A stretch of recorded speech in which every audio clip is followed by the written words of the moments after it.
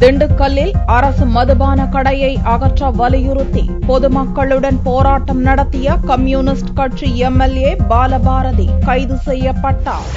திண்டுக்கல் மாவட்டம் கருவூல சாலையில் இயங்கி வரும் அரசு மதுக்கடையை அகற்ற வலியுறுத்தி அப்பகுதி மக்கள் மாவட்ட நிர்வாகத்திற்கு புகார் அளித்தனர். கடை அகற்றப்படாத நிலையில் மது அருந்துபவர்கள் அந்த பகுதியில் செல்லும் பெண்கள் மற்றும் குழந்தைகளிடம் தரக்குறைவாக நடந்தனர். இந்நிலையில் Dindigul Marxist communist MLA Balabharathi தலைமையில் மாணவர்கள் மற்றும் பொதுமக்கள் வியாழனன்று டாஸ்மாக் கடை முன்பு போராட்டம் நடத்தினர். சம்பவ இடத்திற்கு தாசில்தார் மற்றும் போலீசார் விரைந்து வந்தனர். போராட்டக்காரர்களிடம் அதிகாரிகள் சமாதான பேச்சுவார்த்தை நடத்தியும் கடையை அகற்றும் வரை போராட்டம் தொடரும் என்று அவர்கள் கூறினர். இதையடுத்து எம்எல்ஏ பாலபாரதி மற்றும் போராட்டக்காரர்களை போலீசார் கைது செய்தனர்.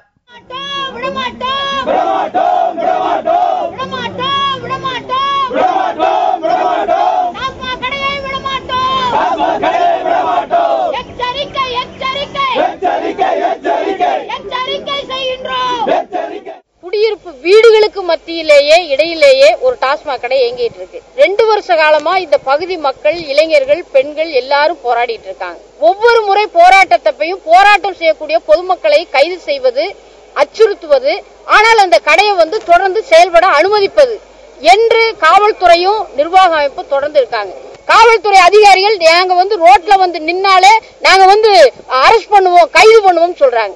ஆகவே இங்க இருக்கக்கூடிய பொதுமக்களை கைது செய்வது, அச்சுறுத்துவது என்ற வேளையில இன்றைக்கு காவல்துறை இயங்கி இருப்பதை வன்மையாக நான் கண்டிக்கிறேன்.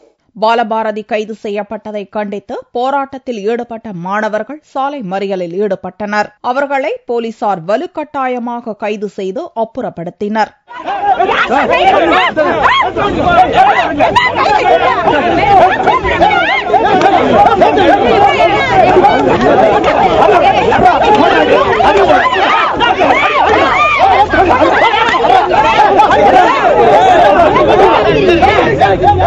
இச்சம்பவம் திண்டுக்கல் பகுதியில் பரபரப்பை ஏற்படுத்தியுள்ளது. போராட்டக்காரர்கள் மீது போலீசார் வன்முறையை பிரயோகித்ததாக குற்றம் சாட்டப்பட்டுள்ளது.